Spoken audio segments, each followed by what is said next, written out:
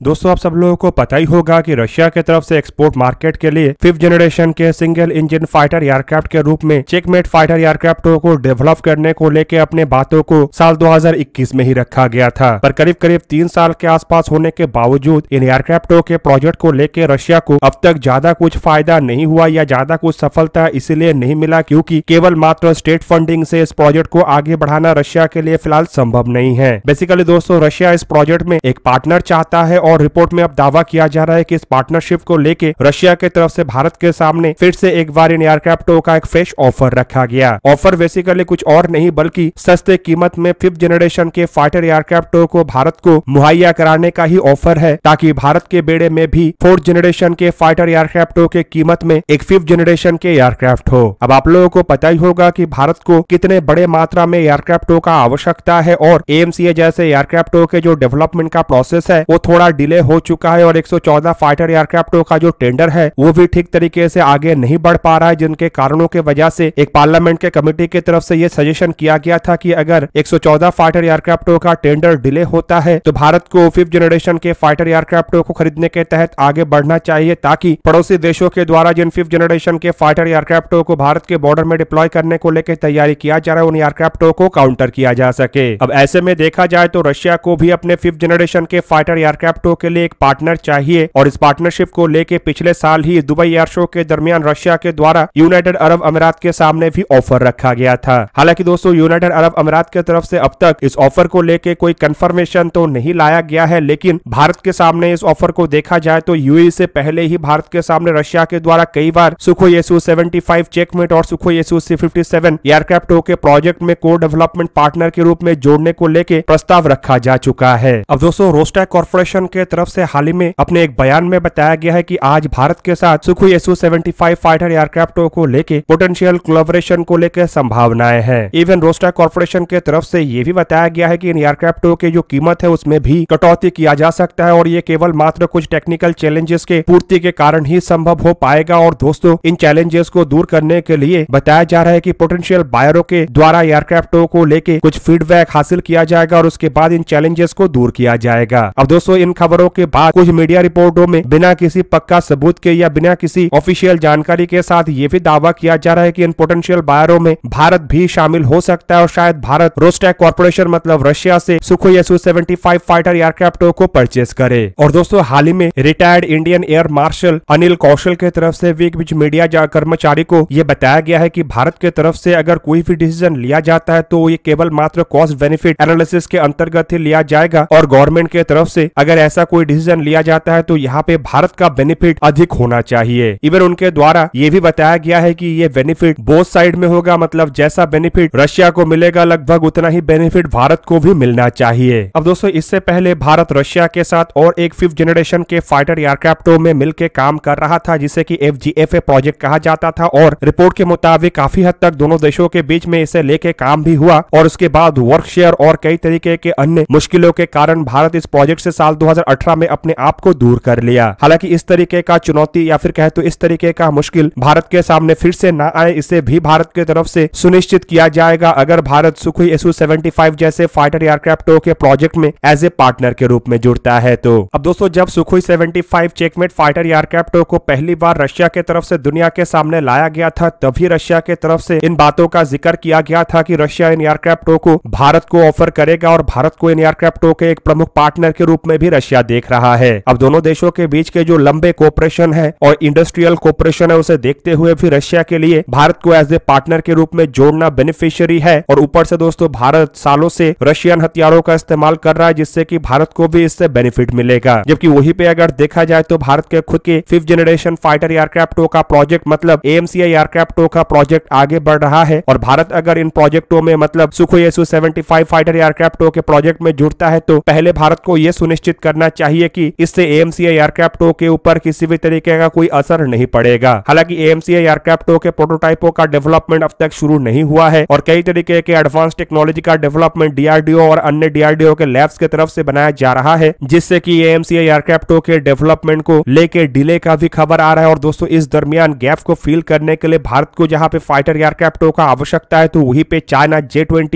एयरक्राफ्टों को डेवलप कर चुका है और पाकिस्तान को भी J-31 जैसे एयरक्राफ्ट देने का का बात कर रहा है, तो ऐसे में भारत को इस गैप को फिल करने के लिए 5th जनरेशन के एयरक्राफ्टों का आवश्यकता है। और दोस्तों आप लोगों के जानकारी के लिए बता दूं कि फिलहाल एक्सपोर्ट मार्केट में 5th जनरेशन के जो एकमात्र फाइटर एयरक्राफ्ट अवेलेबल है वो है F-35 फाइटर एयरक्राफ्ट, जो कि अमेरिका कभी भी ट्रांसफर ऑफ टेक्नोलॉजी और मेक इन इंडिया इनिशिएटिव के अंतर्गत भारत को नहीं देगा। मतलब भारत को अगर ट्रांसफर ऑफ टेक्नोलॉजी और मेक इन इंडिया इनिशिएटिव में कोई 5th जनरेशन के फाइटर एयरक्राफ्ट चाहिए तो इसके लिए एकमात्र ऑप्शन सुखोई Su-75 चेकमेट और सुखोई Su-57 एयरक्राफ्टों के एक्सपोर्ट वेरिएंट ही है। पर दोस्तों अगर भारत सुखोई Su-75 चेकमेट जैसे फाइटर एयरक्राफ्टों के कोर डेवलपमेंट के साथ आगे बढ़ता है तो इससे काफी बड़े मात्रा में इन एयरक्राफ्टों को खरीदना पड़ेगा, तभी भारत को बेनिफिट होगा। जबकि अगर F-35 जैसे फाइटर एयरक्राफ्टों के तहत आगे बढ़ता है तो यहाँ पे भारत के लिए कई तरीके के चैलेंजेस होगा, जैसे कि सबसे बड़ा चैलेंज इन एयरक्राफ्टों को लेके भारत को कभी भी ट्रांसफर ऑफ टेक्नोलॉजी नहीं मिलेगा। और दूसरा चैलेंज ये है कि भारत के पास फिलहाल अमेरिकी एयरक्राफ्टों को इस्तेमाल करने का कोई भी इक्विपमेंट नहीं है और ऐसे में भारत को संपूर्ण इंफ्रास्ट्रक्चर को मजबूत करना पड़ेगा या फिर कहे तो अमेरिका के एयरक्राफ्टों के मुताबिक ढालना पड़ेगा, जो कि काफी खर्चीलू है। और दोस्तों इतना खर्चा के बाद अगर भारत की तरफ से 1 या 2 स्क्वाड्रन F-35 फाइटर एयरक्राफ्टों को खरीदा जाता है तो एक तरीके से रिसोर्सेज का बर्बादी होगा। जबकि सुखोई Su-75 चेकमेट एयरक्राफ्टों को अगर देखा जाए तो ऑलरेडी भारत के द्वारा सुखोई और रशिया के कई तरीके के एयरक्राफ्टों को इस्तेमाल करने के लिए भारत के पास ऑलरेडी इन एयरक्राफ्टों का इंफ्रास्ट्रक्चर है, जिससे कि अगर भारत इन एयरक्राफ्टों को खरीदता है तो इंफ्रास्ट्रक्चर में भी कोई तब्दीली करने का जरूरत नहीं होगा और छोटा मोटा तब्दीली या फिर कहे तो छोटा मोटा खर्चे के साथ ही इन एयरक्राफ्टों को इंडियन एयरफोर्स अपने बेड़े में इक्विप कर सकेगा। ऊपर से ट्रांसफर ऑफ टेक्नोलॉजी के अंतर्गत अगर ये एयरक्राफ्ट भारत को मिलता है तो एक तरीके से इन टेक्नोलॉजीज का इस्तेमाल भारत अपने AMC एयरक्राफ्टों के डेवलपमेंट या फिर कहे तो फर्दर एनहांसमेंट के लिए भी कर सकेगा। हालांकि दोस्तों रशिया के ट्रांसफर ऑफ टेक्नोलॉजी और शर्तों को देखा जाए तो इसमें कई तरीके के ऐसे हिडन क्लॉज रहता है जिससे कि भारत को अब तक ज्यादा कुछ फायदा नहीं मिला है। खास करके अगर देखा जाए तो दशकों से भारत के द्वारा कई सौ के संख्या में MiG-21 इवन सुखोई 30 MKI जैसे एयरक्राफ्टों को खरीदने के बावजूद भारत को ना आज तक रशिया से जेट इंजन रिलेटेड टेक्नोलॉजी मिला और ना ही भारत रशिया से एयरक्राफ्टों को डेवलप करने को लेकर किसी भी तरीके का ऐसा हाईटेक टेक्नोलॉजी को हासिल कर सका जिससे कि AMC एयरक्राफ्टों के डेवलपमेंट प्रोसेस फास्टर हो। इवन दोस्तों T-90 जैसे टैंकों को और T-72 जैसे टैंकों को भी बड़े मात्रा में खरीदने के बावजूद भारत को रशिया से इस तरीके का कोई टेक्नोलॉजी नहीं मिला जिससे कि भारत अपने अर्जुन Mark 1A और Mark 1 टैंकों को जल्द से जल्द डेवलप कर सके। ऐसे में दोस्तों अगर रशिया के साथ भारत किसी भी नए एग्रीमेंट के तहत आगे बढ़ता है तो दो चीज को भारत को इंश्योर करना पड़ेगा, जिनमें से सबसे पहला तो ट्रांसपोर्ट ऑफ टेक्नोलॉजी इस तरीके से होना चाहिए जिससे कि भारत को बेनिफिट हो और दूसरा कि इन एयरक्राफ्टों की खरीदारी से किसी भी तरीके से इंडिजीनियस एयरक्राफ्टों के प्रोक्योरमेंट में कमी नहीं होना चाहिए। अब दोस्तों यहाँ पे रशियन सुखोई Su-75 चेकमेट एयरक्राफ्टों को देखा जाए तो रशिया इन एयरक्राफ्टों को साल 2027 तक निर्माण करने के इरादे के तहत आगे बढ़ रहा है, लेकिन अब तक के रिपोर्ट में कहीं पे भी इस बात का जिक्र नहीं किया गया है कि इन एयरक्राफ्टों के प्रोटोटाइपों का डेवलपमेंट हो रहा है। और दोस्तों साल 2027 तक अगर इन एयरक्राफ्टों को रशिया अपने बेड़े में इंट्रोड्यूस करना चाहता है तो कम से कम इस साल इन एयरक्राफ्टों के फर्स्ट फ्लाइट को रशिया की तरफ से अंजाम देना पड़ेगा। वहीं पे दोस्तों रशिया का दावा ये भी है कि ये जो एयरक्राफ्ट है ये दुनिया के सबसे सस्ता 5th जनरेशन का फाइटर एयरक्राफ्ट होगा और करीबन 25 से 30 मिलियन डॉलर के लागत से रशिया इन एयरक्राफ्टों को एक्सपोर्ट मार्केट में उतारेगा, जो कि कोई भी 4th जनरेशन के फाइटर एयरक्राफ्टों के मुकाबले में भी सस्ता होगा। दोस्तों एयरक्राफ्टों को एक ताकतवर तरीन सिंगल इंजन एयरक्राफ्ट के रूप में रशिया की तरफ से डेवलप किया जा रहा है और रिपोर्ट के मुताबिक ये 3 वर्जन में अवेलेबल होगा, जिनमें एक तो सिंगल सीटेड वर्जन होगा जबकि इसके अलावा एक अनमैन्ड वर्जन और एक ट्विन सीटेड वर्जन होगा। एयरक्राफ्टों को लेकर दावा किया जा रहा है कि ये एक NPO Saturn AL-51F1 टर्बोफैन इंजनों का इस्तेमाल करेगा, जिन इंजनों को रशिया के द्वारा सुखोई Su-57 एयरक्राफ्टों के लिए डेवलप किया जा रहा है। और दोस्तों ये एयरक्राफ्ट एक 5th जनरेशन के एयरक्राफ्ट होने के कारण इसके पास इंटरनल और एक्सटर्नल 2 पेलोड कैपेसिटी होगा, जिसके सहारे ये करीबन 7 टन मतलब 7000 किलोग्राम तक पेलोड को कैरी कर सकेगा। और रिपोर्ट में यह भी दावा किया जा रहा है कि ये जो एयरक्राफ्ट है ये मार्क 1.8 के रफ्तार में करीबन 3000 किलोमीटर के रेंज में काम करने में सक्षम होगा और इसमें एवियोनिक्स के रूप में SH-121 multi functional integrated radio electronic system, active electronical scan array radar 101 KSV-IRST system जैसे इक्विपमेंटों का इस्तेमाल किया जाएगा। दोस्तों आप लोगों को क्या लगता है कि क्या भारत रशिया के सुखोई Su-57 फाइटर एयरक्राफ्टों को लेकर इंटरेस्टेड होगा और क्या इससे रशिया को अधिक फायदा होगा या भारत को अधिक फायदा होगा? कमेंट करके अपनी राय अवश्य दीजिए। दोस्तों आज के इस वीडियो को यहीं पे ही करते समाप्त। किसी और एक दिन किसी और एक वीडियो में मिलेंगे, तब तक के लिए जय हिंद, वंदे मातरम।